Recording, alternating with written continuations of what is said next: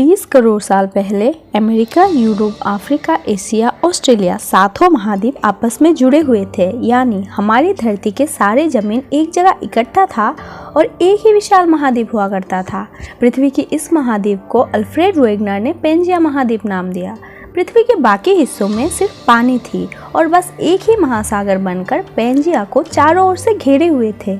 इस विशाल महासागर को पैंथलसा नाम दिया। पेंजिया में बहुत सारे जीवन पनपते थे। शाकाहारी प्राणियों की फैमिली, कुछ स्तनधारी जीव, रेंगने वाले रेप्टाइल्स, कीड़े मकोड़े और पक्षियों का जन्म भी पेंजिया में हुआ था। और तो और डायनासोर्स भी पेंजिया में रहते थे। फिर कुछ कारणों की वजह से पेंजिया महाद्वीप टूटने लगे, मतलब धरती के टेक्टोनिक प्लेट यानी जमीनी सतह खिसकने लगे और खिसकते हुए सरकते हुए वर्तमान स्थानों पर पहुंचे। आज पेंजिया महाद्वीप कई हिस्सों में विभाजित होकर अलग अलग महाद्वीप और देश बने हुए हैं। पर सवाल यह है, पेंजिया महाद्वीप टूटा क्यों और कैसे? इसके कई सारे कारण हैं। गुरुत्वाकर्षण शक्ति, समुद्री धाराओं का प्रभाव, प्लावनशीलता, टेक्टोनिक फिजिक्स की अन्य शक्तियाँ, जैसे पृथ्वी पश्चिम से पूर्व की ओर घूमती है और जारीय शक्ति इस पर ब्रेक लगाना चाहती है। पृथ्वी की भूभाग में लाभा या मैग्मा का हलचल होना, इन सब कारणों की वजह से जमीनी दरार पड़ते हैं और टेक्टोनिक प्लेट खिसकते हैं।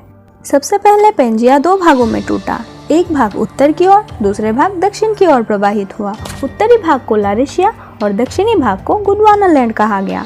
टूट जाने की वजह से लारेशिया और गोंडवाना लैंड के बीच एक महासागर खुला, उसे तेथिस महासागर कहते हैं। 6.5 करोड़ साल पहले लारेशिया और गोंडवाना लैंड का भी विभाजन हुआ। लारेशिया टूटकर उत्तर अमेरिका, यूरोप और एशिया बना।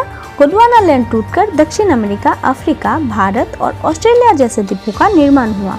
दोनों अमेरिका से अफ्रीका और यूरोप दूर जाने की वजह से बीच में अटलांटिक महासागर खुला। इधर भारत गोंडवाना लैंड से अलग होकर उत्तर की ओर तेजी से प्रवाहित हुआ और एशिया महाद्वीप से जा टकराया और टकराने वाले हिस्से ऊबड़ खाबड़ होकर हिमालय पर्वतमाला उभर कर आए। इस तरह अमेरिका पश्चिम की ओर सड़कने के कारण इसके पश्चिमी भाग में रॉकी और एंडीज पर्वत का निर्माण हुआ।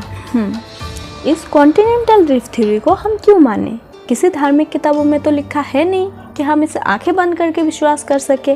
तो आइए इसके प्रमाण पर भी नज़र डालते हैं। अगर पृथ्वी के मैप पर गौर करें तो ये सातों महाद्वीप एक दूसरे के पजल पीसेस नज़र आते हैं, एक दूसरे में बिल्कुल फिट बैठते हैं। इसे जिगसॉ फिट कहते हैं। अटलांटिक महासागर के दोनों तटों पर भौगोलिक एकरूपता पाई जाती है। दोनों तटों के पत्थरों में एकता और चट्टानों के आयु में भी समानता पाई गई है।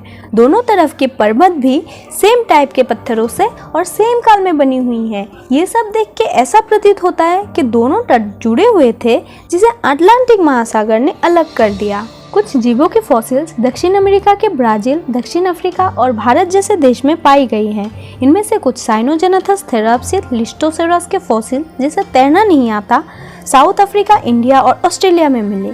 क्लोसोपिटेरिस फ्लोरा नामक पौधे, मीठे पानी में रहने वाले रेप्टाइल्स, रेंगने वाले जीव, मीजोसॉर्स के जीवाश्म भी Bharat, Australia, Africa, south America और एंटार्क्टिका में पाई गई है। डायनासोर्स के फॉसिल्स भी दूर दूर के कॉन्टिनेंट में पाई गई है। इससे ये प्रमाण होता है कि एक ही प्रजाति के जीव महासागरों को पार कर पाना तो संभव नहीं, पर जमीन का खंडन होकर इनको अलग कर पाना संभव है। जमीन के नीचे दबी एक ही तरह के खनिज पदार्थ और कोयला आसपास के कॉन्टिनेंट में मिलना जमीन के जुड़ाव की तरफ इशारा करता है। आज भी जमीन की सतह सड़कना बंद नहीं हुआ। हर साल भारत और ऑस्ट्रेलिया 5 से 6 सेंटीमीटर यानी 2 या 3 इंच की गति से पूरब दिशा की ओर बढ़ती जा रही है। इससे हिमालय की ऊंचाई हर साल बढ़ती जा रही है। इस महाद्वीपीय विस्थापन के कारण नेपाल भूकंप प्रवण देश बनी हुई है। इन महाद्वीपों के बहाव की स्पीड इतनी धीमी है कि पेंजिया को बिखरने में करोड़ों साल लगे। आज से 25-30 करोड़ साल बाद हमारी पृथ्वी की नक्शा पूरी तरीके से बदल जाने की संभावना है। लेकिन 25-30 करोड़ साल अब भी बहुत दूर है। इससे पहले कोई अनहोनी न हो जाए।